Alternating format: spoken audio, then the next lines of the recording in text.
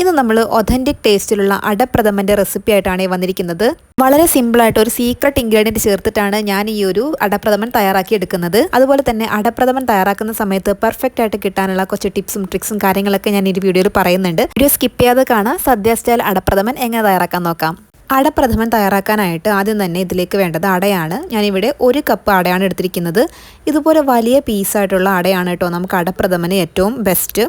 ആദ്യം തന്നെ നമുക്ക് ഈ അടയൊന്ന് വേവിച്ചെടുക്കണം. അതിനുവേണ്ടി തിളച്ച വെള്ളത്തിലേക്ക് ഈ 1 കപ്പ് അട ഇട്ട് കൊടുക്കുകയാണ്. എന്നിട്ട് നല്ലതുപോലെ ഇളക്കി കൊടുത്ത് ഈ അട നന്നായിട്ട് വേവിച്ചെടുക്കണം. അത്യാവശ്യം നല്ലതുപോലെ വെന്ത് വരണം കേട്ടോ. അപ്പോഴാണ് ആ പായസത്തിന് പെർഫെക്റ്റ് ആയിട്ടുള്ള നല്ല ടേസ്റ്റ് കിട്ടുന്നത്. ഇപ്പോൾ ദാ അട അത്യാവശ്യം നന്നായിട്ട് വെന്ത് വന്നിട്ടുണ്ട്. എന്നാൽ ഒരുപാട് വെന്ത് കുഴഞ്ഞു പോകാനും പാടില്ല. ഒരു 1/4 ഭാഗത്തോളമൊക്കെ എന്തായാലും നമ്മൾ വേവിച്ചെടുക്കണം.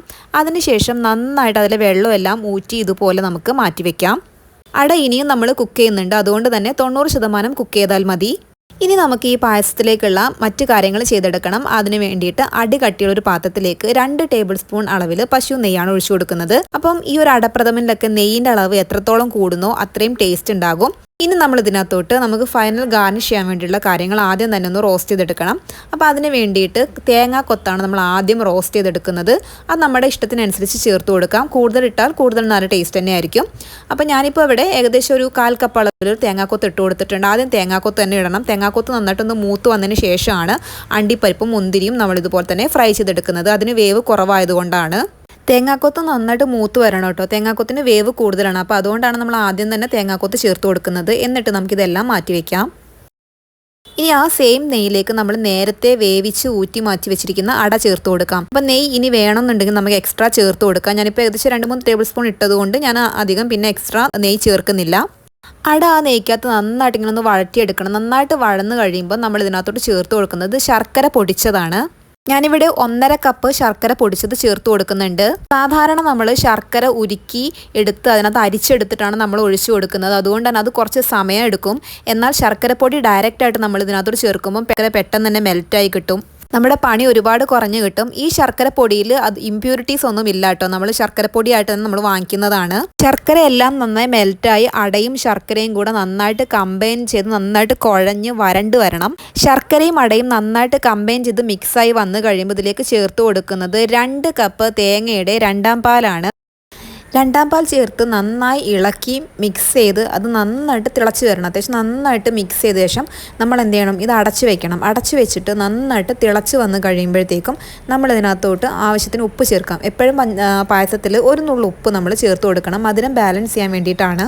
എന്നിട്ട് വീണ്ടും നന്നായി മിക്സ് ചെയ്ത് കൊടുത്ത് നന്നായിട്ട് തിളപ്പിച്ച് അത് കുറുക്കിയെടുക്കണം. അപ്പോൾ നമ്മൾ മീഡിയം ടു ലോ ഫ്ലെയിമിലിട്ട് വേണം ഇത് ചെയ്യാൻ വേണ്ടിയിട്ട്. അടച്ച് വെക്കുകയും വേണം. എന്നിട്ട് ഇളക്കി കൊടുത്തുകൊണ്ടിരിക്കുക. ഇടയ്ക്കിടയ്ക്കൊന്ന് ഇളക്കി കൊടുക്കുക, അടി പിടിക്കാതിരിക്കാനാണ്. എന്നിട്ട് അടയും അതുപോലെ തന്നെ ആ തേങ്ങാപ്പാലും ആ ഒരു എന്താ പറയുക നമ്മൾ ചേർത്ത ഉപ്പും എല്ലാം തന്നെ നന്നായി മിക്സ് ചെയ്തൊന്ന് കുറുകി വന്ന് കഴിയുമ്പോഴാണ് നമ്മൾ അടുത്ത ചേരുവ നമ്മൾ ഇതിനകത്തോട്ട് ചേർത്ത് കൊടുക്കുന്നത്. അപ്പോൾ അതവിടെ നമ്മുടെ അടയും ആ തേങ്ങാപ്പാലൊക്കെ നന്നായിട്ട് കുറുകി വന്നു കഴിയുമ്പോൾ ഇതിലേക്ക് നമ്മൾ ചേർത്ത് കൊടുക്കുന്നത് 1 കപ്പ് കട്ടി തേങ്ങാപ്പാലാണ്. അത്യാവശ്യം നല്ല കട്ടിയുള്ള തേങ്ങാപ്പാൽ വേണം ചേർക്കാനായിട്ട്. ഇനി ഇതിലേക്ക് ചുക്കുപൊടിയും ഏലക്കാപ്പൊടിയും ജീരകപ്പൊടിയുമാണ് ചേർത്ത് കൊടുക്കുന്നത്. അതെല്ലാം കുറച്ച് ചേർത്താൽ മതി. 1 ടീസ്പൂൺ അളവിൽ 1/2 ടീസ്പൂൺ അളവിൽ ചേർത്താൽ മതി. എന്നിട്ട് നന്നായിട്ട് മിക്സ് ചെയ്ത് കൊടുത്ത് ചൂടാക്കി എടുക്കുക കേട്ടോ. ഒരുപാട് തിളപ്പിച്ചെടുക്കുക. അത് പ്രത്യേകം ശ്രദ്ധിക്കണം. തേങ്ങാപ്പാലാണ് പിരിഞ്ഞു പോകും. എന്നിട്ട് നേരത്തെ നമ്മൾ ഫ്രൈ ചെയ്ത് വെച്ചിരിക്കുന്ന അണ്ടിപ്പരിപ്പ് മുന്തിരിയൊക്കെ ഉണ്ടല്ലോ അതും കൂടി ചേർത്ത് കൊടുക്കാം. ആ തേങ്ങാക്കൊത്തും മുന്തിരിയും അണ്ടിപ്പരിപ്പൊക്കെ റോസ്റ്റ് ചെയ്തും കൊണ്ടിട്ടോ ഈ ഒരു അടപ്രഥമൻ്റെ ടേസ്റ്റ് ഇരട്ടിയാക്കുന്നത്. അതും കൂടി ചേർത്ത് കൊടുത്ത് നന്നായിട്ട് മിക്സ് ചെയ്ത് കൊടുക്കണം. അപ്പോൾ അതാ നമ്മുടെ അടപ്രഥമൻ ഇവിടെ റെഡി ആയിട്ടുണ്ട് കേട്ടോ. ഒതൻറ്റിക് ടേസ്റ്റിലുള്ള ഒരു അടപ്രഥമനാണേ. പായസമൊക്കെ എപ്പോഴും കുറച്ചൊരു ലൂസിലാണ് നമ്മളത് വാങ്ങി വെക്കേണ്ടത്. എന്ന് പറഞ്ഞു കഴിഞ്ഞാൽ തണുക്കും തോറും ഇത് കട്ടി കൂടും കേട്ടോ. പ്രത്യേകിച്ച് അടപ്രഥമനൊക്കെ ഭയങ്കരമായിട്ട് തിക്കാവുന്നൊരു പായസമാണ്. അപ്പോൾ അത്രയേ ഉള്ളൂ. നിങ്ങൾക്ക് ഇഷ്ടമുള്ള സദ്യയുടെ കൂടെയോ അല്ലെങ്കിൽ പപ്പടമോ പഴമോ ഒക്കെ ആയിട്ട് അടിപൊളിയാണ്. പിന്നെ ബോളിയുടെ കൂടെയോ നല്ല ടേസ്റ്റ് തന്നെയായിരുന്നു. ട്രിവാൻഡ്രം സ്റ്റൈൽ ബോളിൻ്റെ റെസിപ്പി ഞാൻ മുന്നേ പോസ്റ്റ് ചെയ്തിട്ടുണ്ട്. കാണാത്തവരുണ്ടെങ്കിൽ ഒന്ന് കണ്ടു നോക്കണേ. വീഡിയോ ഇഷ്ടമായ ലൈക്കും ഷെയറും സബ്സ്ക്രൈബും ചെയ്തേക്കണേ. ബൈ.